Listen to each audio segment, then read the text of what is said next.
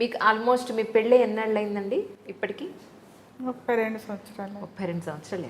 మొట్టమొదటిసారి ఎప్పుడు చూసారు ఆయన్ని, గుర్తుందా మీకు? మా పెళ్లి చూపుల్లోనే చూసాం. అవునా? పెళ్లి చూపులకి అప్పట్లో మీకు ఫోటో అది పంపించారు, ఆయన ఫోటో? అలాంటివి ఏం లేవండి. డైరెక్ట్గా చూసారు. ఏమనిపించింది మీకు? మీరు ఏమన్నా ప్రశ్నలు వేశారండి అప్పుడు ఆవిడ్ని? సరే చెప్పండి, మీ పెళ్లి చూపుల విశేషాలు చెప్పండి. ఆయన గురించి చెప్పారు, ఆయన చదువు గురించి అన్నీ చెప్పారు. చెప్పిన తర్వాత నా ఇష్టదైవం ఏంటని అడిగారు. నాకు అప్పుడు వెంకటేశ్వర స్వామి ఇష్టం. అంటే ఆ చిన్న ప్రపంచంలో అప్పటికి ఆయన బాగా తెలుసు అంతే. ఓకే. వెంకటేశ్వర స్వామి అంటే ఇష్టం అన్న. నేను వెళ్తూ ఉంటాను, నాకు ఇష్టమే, కళ్యాణ వ్యాఖ్యానానికి కూడా వెళ్తూ ఉంటాను అని చెప్పారు. ఆ తర్వాత ఇంకెవరు ఇష్టం అన్నారు. రాముడు అంటే ఇష్టం, ఎందుకంటే ఆయన క్యారెక్టర్ చాలా ఇష్టం నాకు, అందుకని రాముడు అంటే ఇష్టం అన్నాను. రాముడు అంటే ఇష్టం అన్నాను అంతే, ఈ క్యారెక్టర్ ఏమీ చెప్పలేదు. రాముడు అంటే ఇష్టం, నేను రామచంద్రుణ్ణే అని చెప్పారు. చేసుకోమని చెప్పారు మిమ్మల్ని అని చెప్పారు ఈయన నాకు. నేను చేపట్టిన చేతిని వదలను అంటే నేను రాముడినే అని చెప్పారు. నాకు భలే ఆశ్చర్యం వేసింది. నాకు రాముడు అంటే ఇష్టం అనగానే ఈ సమాధానం ఆశ్చర్యం వేసి వెళ్ళిపోయిన తర్వాత మా అమ్మకు చెప్పాను. అంటే క్యారెక్టర్ ఏమి అనలేదు, నేను రాముడు అంటే ఇష్టం, నాకు రాముడు అంటే ఇష్టం. అందుకే రాముడిలో ప్రత్యేకత ఏకపత్ని వ్రతం కదా, వీరత్వం అన్నీ ఉన్న అనేకం ఉన్నాయి. రాముడిలో ధర్మ నిర్వహణ చాలా ముఖ్యం. ఏకపత్ని వ్రతం చాలా చిన్న విషయం, దాన్ని అంత పెద్ద చేయక్కర్లేదు. పైగా నిజానికి ఆనాటి క్షత్రియులు రాజుల్లో ఏకపత్ని వ్రతం అనేది అంత గొప్పగా చెప్పుకోవాల్సిన విషయం కాదు. ఇప్పుడు ఎక్కువ మంది భార్యలు ఉన్నవాళ్ళు దేశాన్ని నేను దోచుకుతాను లేదు అంటే మీరు సమర్థిస్తున్నారు. దాని గురించి దానికి దీనికి సంబంధం లేదు. పరిపాలన, రాజు అన్నాక పరిపాలన ముఖ్యం, కానీ ఆయన ఇద్దరు ముగ్గురు చేసుకోవడం అనేది పెద్ద విషయం కాదు. మీరు రాజు పాయింట్ ఆఫ్ వ్యూలో చెప్తున్నారు, మరి రాణుల పాయింట్ ఆఫ్ వ్యూలో చెప్పరా? వేరే విషయం. ఆ మాటకు వస్తే తగాదాలకు వీళ్ళు ఎక్కువ మందిని చేసుకోవడమే కారణం. లేకపోతే ఎందుకు తగాదాలు వస్తాయి? దశరథుడు కైకైన స్వార్థపర్రాలు అంటారని దశరథుల కారణంగా ఆవిడ అయింది, లేకపోతే ఎందుకు అవుతుంది?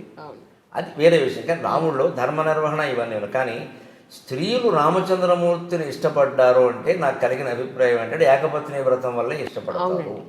పరిపాలన, ధర్మ నిర్వహణ వారికి ఎందుకు అనిపిస్తుంది? అది వీరత్వం ఇవన్నీ కాదు. మనిషి గీటు దాటడు. నేను ఆ రోజు ఓ ప్రమాణపూర్వకంగానే అన్నా, ఖచ్చితంగా మీరు అటువంటి రాముడినే చూస్తానన్నా. ఆ నచ్చిన క్వాలిటీ ఉంటే నాకు అర్థమైంది. ఆ మాట ఇప్పుడు ఈ మధ్య కూడా 15 రోజుల క్రితం నేను అలాగే చూస్తున్నాను అంటుంది. ఎందుకంటే ఇప్పుడు నేనున్న రంగానికి, ఇంతకు ముందున్న అవధాన రంగానికి, అప్పటి నా వయస్సుకి, నాకున్న ఆదాయానికి, నాకున్న పేరు ప్రఖ్యాతులకి ఎన్ని రకాల వెనకాల చాపల్యాలకు అవకాశం ఉంటుందో మీరు ఊహించగలరు.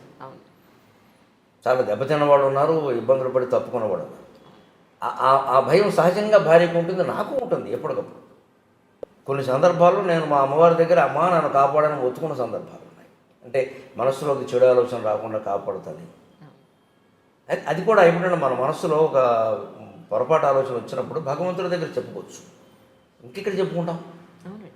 నేనేమిటమ్మా నా స్థాయి, నాకు ఇలాంటి ఆలోచనలు వస్తున్నాయి అని ఎప్పుడైనా వస్తే కూడా ఒకసారి పాపపు చింతయంచు బలవంతముగా మరలింపనేటికిన్ పాపము పుణ్యము పరమ పావని నీదు స్వరూపముంచు నీ పాపట పింద చెప్పినది భగవతమున దేవి.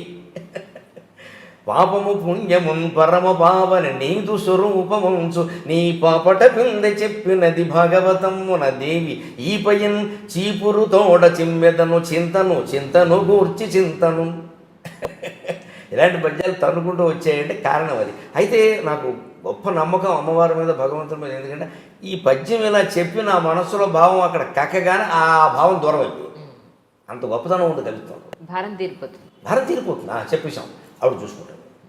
అలాగే మనిషి తప్పటోడు వేయకుండా, దిగజారిపోకుండా, ఇంత డబ్బు రాని ఏమి రాని దాని మీద కాంక్ష లేకుండా, మాకు ఏమీ లోట్లేదు, భగవంతుడి దేవల్ల శుభ్రంగా ఉన్నాం. పొలం ఉంది, ఇల్లు ఉంది, స్థలం ఉంది, డబ్బులు ఉన్నాయి, ఆవిడ బంగారం చూస్తున్నారుగా ఉంది, ఏమి లోట్లేదు. కానీ దాని మీద వ్యామోహం. ఇప్పుడన్నా అమ్మ నువ్వే దిక్కు లేదా భగవంతుడు నువ్వే దిక్కు అనే ఒక శరణాగతికి వచ్చిన సందర్భం కానీ, భగవంతుడు ఉన్నాడు అని అనిపించిన సందర్భంగానే అనిపించిందండి. ఉన్నాడని ఎప్పుడు మొదటి నుంచి ముందుగా నమ్మకం దానికి ఉంది. కానీ నువ్వే దిక్కు, నువ్వు తప్పితే నన్ను ఎవరూ కాపాడలేరు అని 3-4 సందర్భాలు ఉన్నాయి. అన్నీ మనం బయటికి చెప్పగలిగినవి కాదు. కుటుంబ పరంగా ఉండొచ్చు, బయట సామాజికంగా ఉండొచ్చు. ముఖ్యంగా ఉద్యోగపరంగా నేను ఎదుర్కొన్న ఇబ్బందులు ఎక్కువ ఉన్నాయి. ఉద్యోగాలు తరచు మారాల్సి వచ్చింది. ఇక దోషం వారిదా నాదా ఆ చర్చ ఇప్పుడు అనవసరం. ఆ మార్పులో సార్ కంగారుగా ఉండేది. ఎప్పుడు పాపం తను సహకరిస్తూనే వచ్చింది, కానీ నాకు కంగారు ఉంటుంది కదా. అలాగే ఏదో పౌరుషానికి పోయి సొంతంగా కాలేజీ పెట్టే 2 ఎకరాలు అటువంటిప్పుడు మరి ఎవరండి శరణం? ఎకరాలు ఎవరు కొంటారు?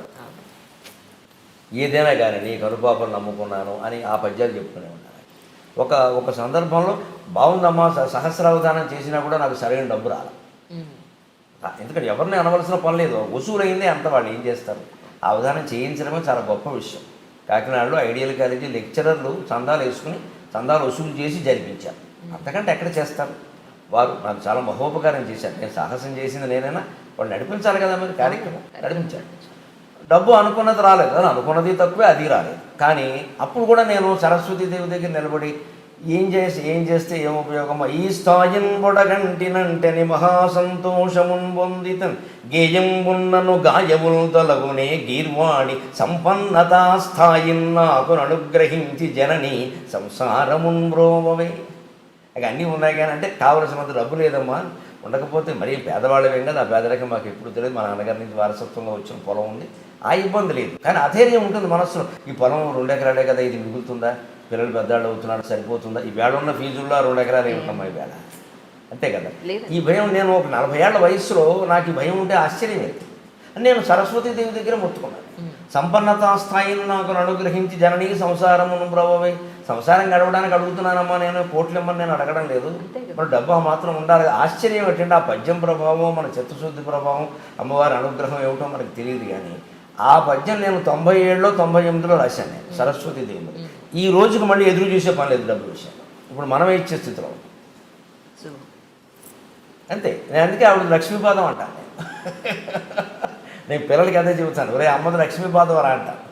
అండంలో నా స్వార్థం ఏంటంటే అమ్మని జాగ్రత్తగా చూసుకుంటాను, కాస్త కలిసి వస్తుంది ఆయన. అమ్మది లక్ష్మీపాదం రా, అమ్మ ఎక్కడ ఉంటే అక్కడ డబ్బు కురుస్తుందిరా అంటాను.